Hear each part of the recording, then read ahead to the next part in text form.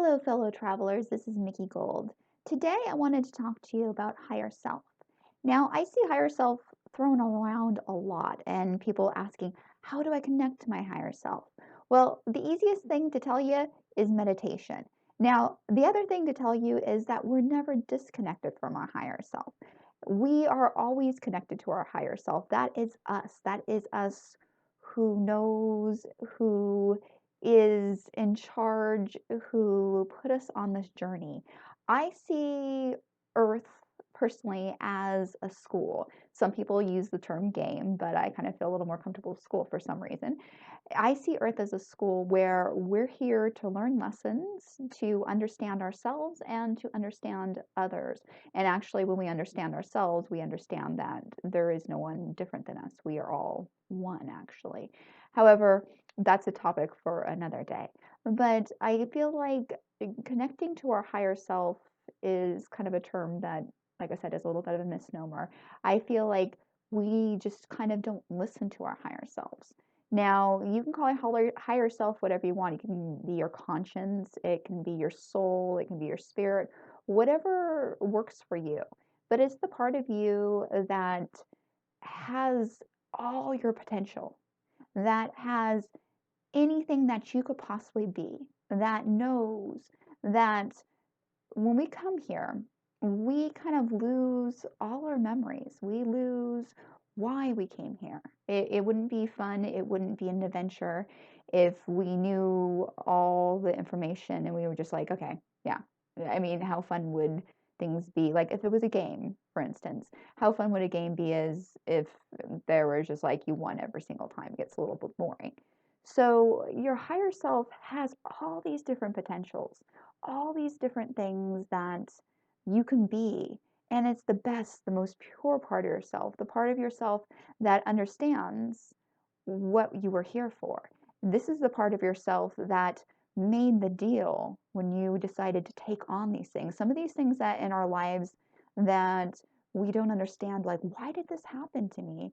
Some of these things are things we agreed to before we got here and stuff that we decided this is what I wanted to learn, this is what I wanted to do.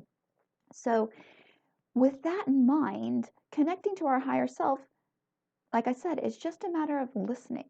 We might just be, some of us, so controlled by our ego, that part of ourself, our conscious mind.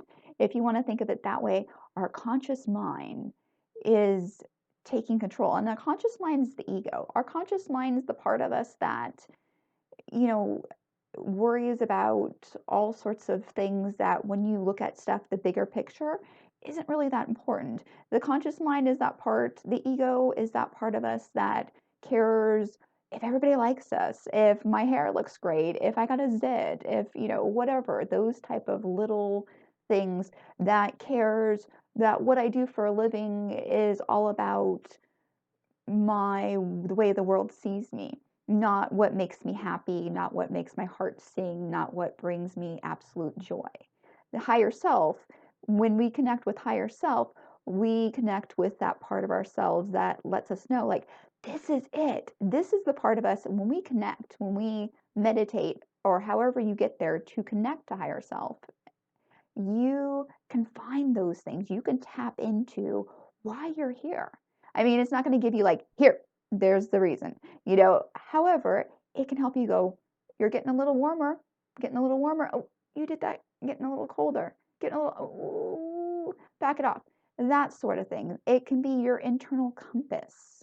Now, some people are more visual and some people are more audio. So some people are in between.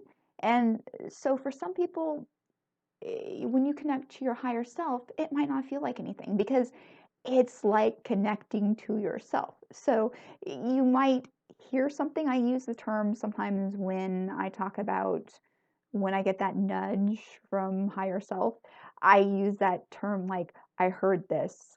However, that's not what's really happening. It's just this feeling inside that I know I'm doing the right thing. Kind of like listen to your conscience or your gut feeling, that sort of thing. So, we're going to do just a little tiny quick meditation. I'm going to set up my insight timer. There's an app actually that you can get. I have an Android, so I think you probably can get it something like this on if you have a Mac or Apple, whatever. iPhone, that's the word. Thank you. If you have an iPhone, but what this does, it kind of plays a little bit of a om type of thing, and you can set timers and bells for the time that you want to do your meditation. So what I'm going to do is we are just going to start and we're going to go for 3 minutes. Pretty plain, pretty simple. I'm going to set the Insight timer up.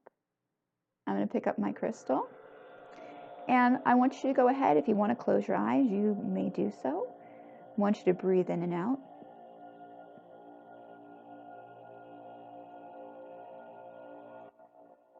Good. And just allow yourself to just relax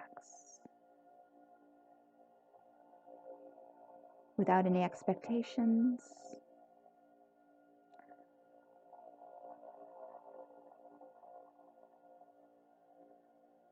Just connecting to the breath.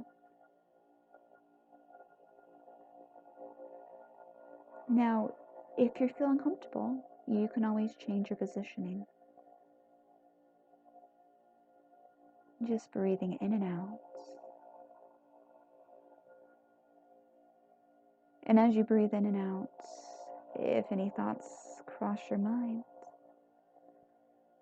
just imagine them passing like clouds in the sky. Good. Just breathing. Letting everything go except for the breath.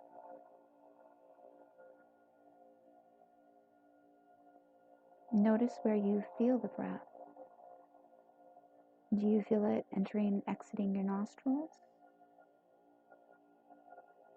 Do you feel it in the belly?